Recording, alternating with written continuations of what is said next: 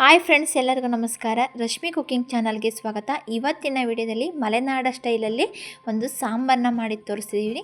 ಈಗ ಅವರೆಕಾಯಿ ಸೀಸನ್ ಇರೋದ್ರಿಂದ ಇದಕ್ಕಿದ್ದ ಅವರೆ ಬೇಳೆ ಜೊತೆ ನಾನು ಚಿಕನ್ ಹಾಕಿ ಸಾಂಬಾರನ್ನ ಮಾಡಿ ತೋರಿಸ್ತೀನಿ. ಟೇಸ್ಟ್ ಅಂತೂ ತುಂಬಾ ಚೆನ್ನಾಗಿರುತ್ತೆ. ನೀವು ಒಂದ್ಸತಿ ಈ ವಿಧಾನದಲ್ಲಿ ನೋಡಿಕೊಂಡು ಟ್ರೈ ಮಾಡಿ ನೋಡಿ. ಟೇಸ್ಟ್ ಅಂತೂ ತುಂಬಾ ಚೆನ್ನಾಗಿರುತ್ತೆ. ನೋಡಿ ಯಾವ ರೀತಿ ಮಾಡ್ಕೊಳ್ಳೋದು ಅಂತ ಈ ವಿಡಿಯೋದಲ್ಲಿ ನೋಡ್ಕೊಳ್ಳೋಣ. ಅವರೆಕಾಯಿನ ಸುಲಿದ್ಬಿಟ್ಟು ಒಂದು 5ರಿಂದ 6 ಅವರು ನೆನೆಸ್ಕೊಳ್ಬೇಕು. ನೆನೆಸಿ ಈ ರೀತಿ ಚಿಲುಕಿಸ್ಬಿಟ್ಟು ಇಟ್ಕೊಂಡಿದ್ದೀನಿ. ಒಂದು 350 ಗ್ರಾಮ್ ಅಷ್ಟು ನಾನು ಚಿಕನ್ನ ತೊಗೊಂಡಿದ್ದೀನಿ. ಚಿಕನ್ನ ಈ ರೀತಿ ನೀಟಾಗಿ ಒಂದು 5ರಿಂದ 6 ಸಲ ತೊಳೆದ್ಬಿಟ್ಟು ಇಟ್ಕೊಂಡಿದ್ದೀನಿ. ಸ್ಟವ್ ಆನ್ ಮಾಡಿ ನಾನು ಸಾಂಬಾರು ಮಾಡ್ಕೊಳ್ಳೋಕ್ಕೆ ಪಾತ್ರೆ ಇಟ್ಕೊಂಡಿದ್ದೀನಿ. 3ರಿಂದ 4 ಟೇಬಲ್ ಸ್ಪೂನ್ ಅಷ್ಟು ಎಣ್ಣೆ ಹಾಕ್ಕೊಂಡಿದ್ದೀನಿ. 2 ಈರುಳ್ಳಿನ ಸಣ್ಣದಾಗಿ ಕಟ್ ಮಾಡಿಕೊಂಡು ಹಾಕ್ಕೊಳ್ತಿದ್ದೀನಿ. ಈರುಳ್ಳಿ ಚೆನ್ನಾಗಿ ಫ್ರೈ ಮಾಡ್ಕೊಳ್ಬೇಕು. ಒಂದು ಸ್ವಲ್ಪ ಕರಿಬೇವಿನ ಸೊಪ್ಪನ್ನ ಹಾಕ್ಕೊಳ್ತಿದ್ದೀನಿ. ನೋಡಿ, ಈರುಳ್ಳಿ ಕಲರ್ ಚೇಂಜ್ ಆಗೋವರೆಗೂ ನಾವು ಫ್ರೈ ಮಾಡ್ಕೊಳ್ಬೇಕು. ಸ್ಟವ್ನ ಮೀಡಿಯಮ್ ಫ್ಲೇಮಲ್ಲೇ ಇಟ್ಕೊಂಡು ಒಂದು ಅರ್ಧ ಟೇಬಲ್ ಸ್ಪೂನಷ್ಟು ಅರಿಶಿನ ಪುಡಿನ ಹಾಕ್ಕೊಳ್ತಿದ್ದೀನಿ. ಈಗ ಒಂದ್ಸಲ ಚೆನ್ನಾಗಿ ಮಿಕ್ಸ್ ಮಾಡ್ಕೊಳ್ಳೋಣ. ಸ್ವಲ್ಪ ಕೊತ್ತಂಬರಿ ಸೊಪ್ಪನ್ನ ಹಾಕ್ಕೊಳ್ತಿದ್ದೀನಿ.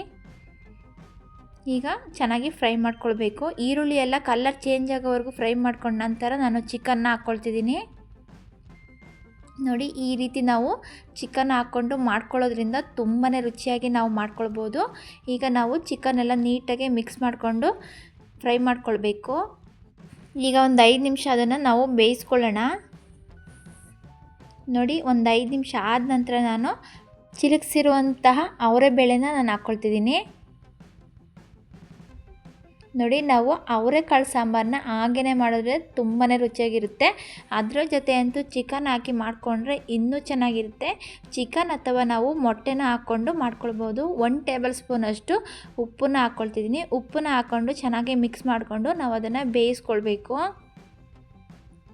ನೋಡಿ, ನಾನು ಮಿಕ್ಸ್ ಮಾಡಿಕೊಂಡು ಪ್ಲೇಟ್ ಮುಚ್ಚಿ ಒಂದು 5 ನಿಮಿಷ ನಾನು ಬೇಯಿಸ್ಕೊಳ್ತೀನಿ.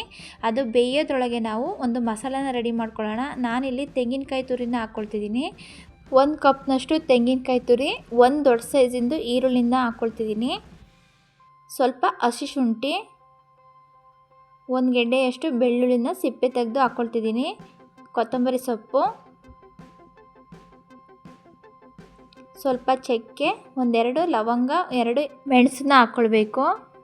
ನಾನು ಅರ್ಧ ಟೇಬಲ್ ಸ್ಪೂನಷ್ಟು ಗಸಗಸೆನ ಹಾಕ್ಕೊಳ್ತಿದ್ದೀನಿ. ಒಂದು ಅರ್ಧ ಟೇಬಲ್ ಸ್ಪೂನಷ್ಟು ಅರಿಶಿನ ಪುಡಿ, ಸ್ವಲ್ಪ ನೀರು ಹಾಕ್ಬಿಟ್ಟು ನಾವು ಮಸಾಲಾನ ಗ್ರೈಂಡ್ ಮಾಡ್ಕೊಳ್ಬೇಕು. ಈ ರೀತಿ ನಾವು ನುಣ್ಣಗೆ ಗ್ರೈಂಡ್ ಮಾಡಿಕೊಂಡು ರೆಡಿ ಮಾಡಿಕೊಂಡು ಇಟ್ಕೊಳ್ಳೋಣ. ನೋಡಿ, ಈಗ ಒಂದು 5ರಿಂದ 6 ನಿಮಿಷದವರೆಗೆ ನಾನು ಚಿಕನ್ನೆಲ್ಲ ನೀಟಾಗಿ ಬೇಯಿಸ್ಕೊಂಡಿದ್ದೀನಿ. ನಾವು ಸ್ಟವ್ನ ಮೀಡಿಯಮ್ ಫ್ಲೇಮಲ್ಲೇ ಇಟ್ಕೊಂಡು ಬೇಯಿಸ್ಕೊಳ್ಬೇಕು, ಇಲ್ಲಾಂದರೆ ತಳ ಇಟ್ಕೊಂಡ್ಬಿಡುತ್ತೆ. ನೋಡಿ, ಚಿಕನಲ್ಲಿ ಸ್ವಲ್ಪ ನೀರು ಬಿಟ್ಕೊಂಡಿರೋದ್ರಿಂದ ನಾವು ನೀರು ಹಾಕೋ ಅವಶ್ಯಕತೆ ಇರೋದಿಲ್ಲ. ಸ್ವಲ್ಪ ಅದರಲ್ಲೇ ನಾವು ಚೆನ್ನಾಗಿ ಬೇಯಿಸ್ಕೊಳ್ಬೇಕು. ಸಣ್ಣದಾಗಿ ಕಟ್ ಮಾಡ್ಕೊಂಡಿರುವಂತಹ ಟೊಮೊಟೊನ ನಾನು ಹಾಕ್ಕೊಳ್ತಿದ್ದೀನಿ. 2 ಟೊಮೊಟೊನ ತೊಗೊಂಡಿದ್ದೀನಿ. ಈಗ ಮಿಕ್ಸ್ ಮಾಡಿಕೊಂಡು ನಾವು ಪ್ಲೇಟ್ ಮುಚ್ಚಿ ಬೇಯಿಸ್ಕೊಳ್ಬೇಕು. ನೋಡಿ, ನಾನೀಗ ಒಂದು 5 ನಿಮಿಷ ಅದನ್ನು ಬೇಯಿಸ್ಕೊಳ್ತಿದ್ದೀನಿ. 5 ನಿಮಿಷ ಆದ ನಂತರ ನೋಡಿ, ಬೇಗನೆ ಅದು ಅವರೆಬೇಳೆ ಮತ್ತು ಚಿಕನ್ನು ಬೆಂದ್ಬಿಡುತ್ತೆ. ಈಗ ಗ್ರೈಂಡ್ ಮಾಡ್ಕೊಂಡಿರುವಂತಹ ಮಸಾಲೆನ ಹಾಕ್ಕೊಳ್ತಿದ್ದೀನಿ. ಈಗ ಮಿಕ್ಸ್ ಮಾಡ್ಕೊಳ್ಳೋಣ. ಮಿಕ್ಸಿ ಜಾರಲ್ಲಿ ಸ್ವಲ್ಪ ಮಸಾಲೆ ಇರೋದ್ರಿಂದ ಅದು ನೀಟಾಗಿ ತೊಳೆದ್ಬಿಟ್ಟು ಹಾಕ್ಕೊಳ್ಳೋಣ.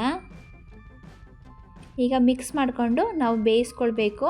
ಅದು ಮಸಾಲೆಯ ಹಸಿ ವಾಸನೆ ಹೋಗೋವರೆಗೂ ಒಂದು 2ರಿಂದ 3 ನಿಮಿಷದವರೆಗೂ ನಾನು ಚೆನ್ನಾಗಿ ಬೇಯಿಸ್ಕೊಳ್ತಿದ್ದೀನಿ.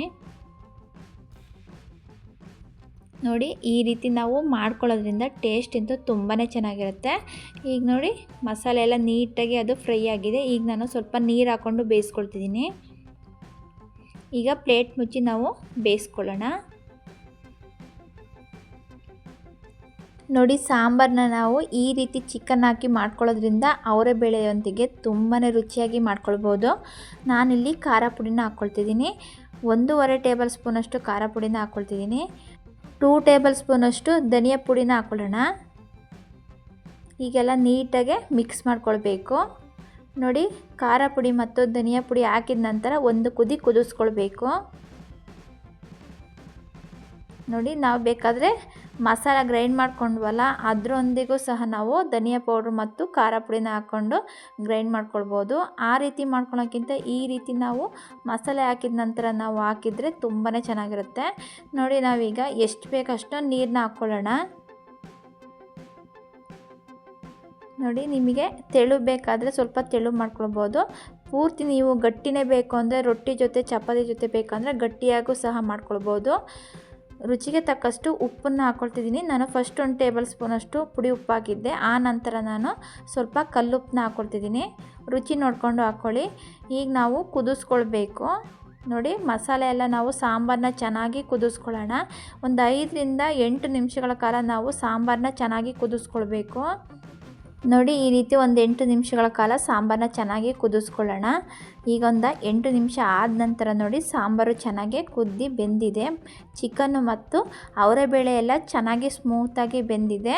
ನೋಡಿ, ಈಗ ನಾನು ಕೊನೆಯದಾಗಿ ಕೊತ್ತಂಬರಿ ಸೊಪ್ಪನ್ನ ಹಾಕ್ಕೊಳ್ತಿದ್ದೀನಿ. ಸಣ್ಣದಾಗಿ ಕಟ್ ಮಾಡ್ಕೊಂಡಿರುವಂತಹ ಕೊತ್ತಂಬರಿ ಸೊಪ್ಪನ್ನ ಉದುರಿಸ್ಕೊಳ್ಳೋಣ. ನೋಡಿ, ತುಂಬಾ ರುಚಿಯಾಗಿ ತುಂಬಾ ಸಿಂಪಲ್ಲಾಗಿ ನಾವು ಮಾಡ್ಕೊಳ್ಬೋದು. ಬಿಸಿ ಬಿಸಿ ಮುದ್ದೆಯೊಂದಿಗೆ ನಾವು ಈ ರೀತಿ ಇತಿಕಿದ ಅವರೆಬೇಳೆ ಮತ್ತು ಚಿಕನ್ ಹಾಕಿ ಮಾಡಿರುವಂತಹ ಸಾಂಬಾರನ್ನ ನೀವು ಒಂದು ಸತಿ ಟ್ರೈ ಮಾಡಿ ನೋಡಿ. ಬಿಸಿ ಬಿಸಿ ರೈಸ್ ಜೊತೆ ಮತ್ತು ಮುದ್ದೆ ಜೊತೆ ಅಂತೂ ಕಾಂಬಿನೇಷನು ತುಂಬಾ ಚೆನ್ನಾಗಿರುತ್ತೆ. ಈಗ ನಾನು ವೈಟ್ ರೈಸ್ನ ಮಾಡ್ಕೊಂಡಿದ್ದೀನಿ. ಈಗ ಒಂದು ತಟ್ಟೆಗೆ ಸರ್ವ್ ಮಾಡಿಕೊಂಡು ತೋರಿಸ್ತಿದ್ದೀನಿ. ನೋಡಿ, ತುಂಬಾ ರುಚಿಯಾಗಿ ಸಿಂಪಲ್ಲಾಗಿ ಮಾಡ್ಕೊಳ್ಬೋದು. ಈ ರೆಸಿಪಿ ನಿಮಗೆ ಇಷ್ಟ ಆಯಿತು ಅಂದರೆ ಲೈಕ್ ಮಾಡಿ, ಶೇರ್ ಮಾಡಿ, ಕಮೆಂಟ್ ಮಾಡಿ. ಫ್ಯಾಮಿಲಿ ಜೊತೆ, ಫ್ರೆಂಡ್ಸ್ ಜೊತೆ ಶೇರ್ ಮಾಡಿ. ಈ ವಿಧಾನದಲ್ಲಿ ಒಂದು ಸತಿ ಟ್ರೈ ಮಾಡಿ ನೋಡಿ, ನೀವೇ ಹೇಳ್ತೀರಾ ಹೇಗಿದೆ ಅಂತ. ರೊಟ್ಟಿ ಜೊತೆ ಮತ್ತು ಬಿಸಿ ಬಿಸಿ ಕಡುಬಿನ ಜೊತೆ ಅಂತೂ ನಾವು ಈ ರೀತಿ ಮಾಡಿಕೊಂಡ್ರೆ ಅಂತೂ ಟೇಸ್ಟ್ ಅಂತೂ ಇನ್ನೂ ಚೆನ್ನಾಗಿರುತ್ತೆ. ಯಾರೆಲ್ಲ ನನ್ನ ಚಾನಲ್ನ ಹೊಸದಾಗಿ ನೋಡ್ತಿದ್ದೀರಾ ದಯವಿಟ್ಟು ಸಬ್ಸ್ಕ್ರೈಬ್ ಮಾಡಿ, ಪಕ್ಕದಲ್ಲೇ ಇರುವಂತಹ ಬೆಲ್ ಬಟನನ್ನು ಕ್ಲಿಕ್ ಮಾಡಿ ಸಪೋರ್ಟ್ ಮಾಡಿ. ನಾವು ಅವರೆಕಾಳು ಸೀಸನ್ ಇರೋದ್ರಿಂದ ಈ ರೀತಿ ನಾವು ವೆರೈಟಿಯಾಗಿ ಮಾಡ್ಕೊಳ್ಳೋದ್ರಿಂದ ತುಂಬಾ ಚೆನ್ನಾಗಿರುತ್ತೆ. ನೋಡಿ ಯಾವ ರೀತಿ ಬೆಂದಿದೆ ಅಂತ ತೋರಿಸ್ತಿದ್ದೀನಿ. ಚಿಕನ್ನು ಕೂಡ ತುಂಬಾ ಚೆನ್ನಾಗಿ ಬೆಂದಿದೆ. ಅವರೆಬೇಳೆ ಚಿಕನ್ ಎಲ್ಲ ಬೇಗನೆ ಬೆಂದ್ಬಿಡುತ್ತೆ. ಈ ವಿಧಾನದಲ್ಲಿ ನೀವೊಂದು ಸತಿ ಸಾಂಬಾರನ್ನ ಟ್ರೈ ಮಾಡಿ ನೋಡಿ. ಟೇಸ್ಟ್ ಅಂತೂ ತುಂಬಾ ಚೆನ್ನಾಗಿರುತ್ತೆ. ಎಲ್ಲರೂ ಇಷ್ಟಪಟ್ಟು ತಿಂತಾರೆ. ದಯವಿಟ್ಟು ವಿಡಿಯೋ ಇಷ್ಟ ಆಯಿತು ಅಂದರೆ ಲೈಕ್ ಮಾಡಿ, ಸಪೋರ್ಟ್ ಮಾಡಿ. Thank you.